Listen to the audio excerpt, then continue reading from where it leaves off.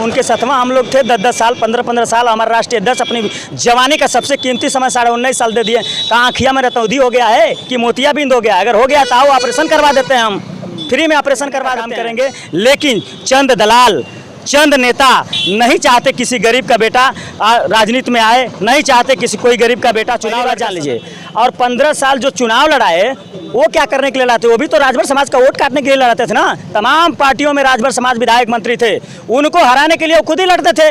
आज वही थोपा हमारे पर थोप रहे हैं। हम लोग ये सब राजनीति नहीं करते हैं। नमस्कार, मैं मनीष कुमार भारद्वाज, आप देख रहे हैं आज़ाद हिंद न्यूज़। दोस्तों, आज हम मऊ के घोसी में हैं और यहाँ पर उपचुनाव का आज कहीं ना कहीं स्वाभिमान पार्टी के अरविंद राजभर जो चुनाव लड़ रहे थे उनका पर्चा खारिज हो गया है। आज उनके पार्टी से एक सदस्य हैं, इनसे जानने का प्रयास करेंगे। सबसे पहले आपका स्वागत है सर।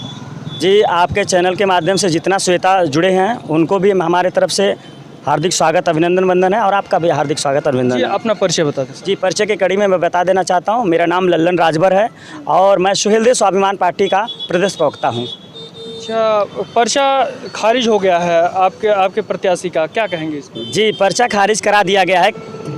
पर्चा खारिज हुआ नहीं है।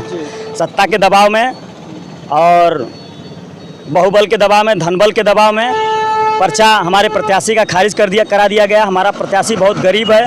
हमारा प्रत्याशी जो है कि बहुत निचले स्तर से आता है, जहाँ से ज़मीन से उठकर जहाँ लोग उठते हैं, रेंगते रेंगते बड़ होते हैं।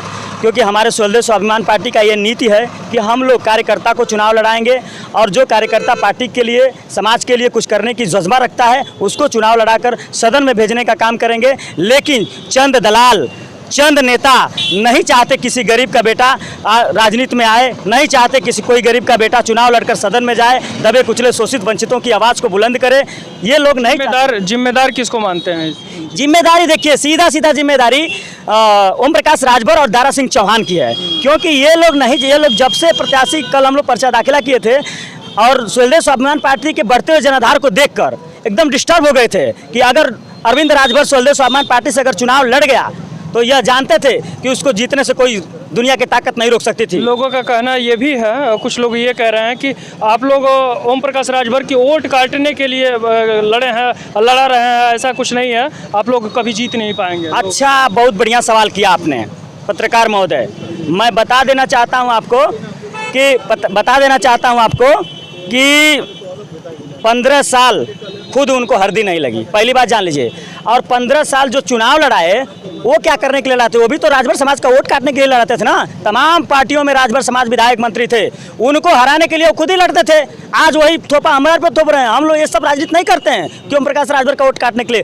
ओम प्रकाश एक नंबर का झूठा आदमी है। अभी उससे बड़ा झूठा दुनिया में कोई नेता नहीं है, समझ लीजिए। अभी बीजेपी पार्टी से गठबंधन हुई है, लोगों का ये कहना है, और वो भी ये कह रहे हैं कि कहीं ना कहीं आरक्षण मिलेगा। क्या आपको लगता है कि आरक्षण मिलेगा? देखिए, अभी तो उनको खुद ही नहीं पता है। एक कोई संगठन है वो आरक्षण की लड़ाई लड़ रहा है, वो कोर्ट से अपील करके वो कोर्ट से लड़ रहा है। बस उसका जो है कि श्रेय लेने के लिए वो कूद जाते हैं, इस डाट से उस डाट जैसे कूदा जाता है ना, ऐसे जब जानेंगे जहाँ राजनीतिक फायदा लेना है। समाज के लोग थोड़ा उतना अभी बुद्धि विवेक है नहीं राजभर समाज के लोगों को। जो जानकार व्यक्ति है वो समझता है कि ये ड्रामेबाज नेता है, इसका ड्रामा रोज नया।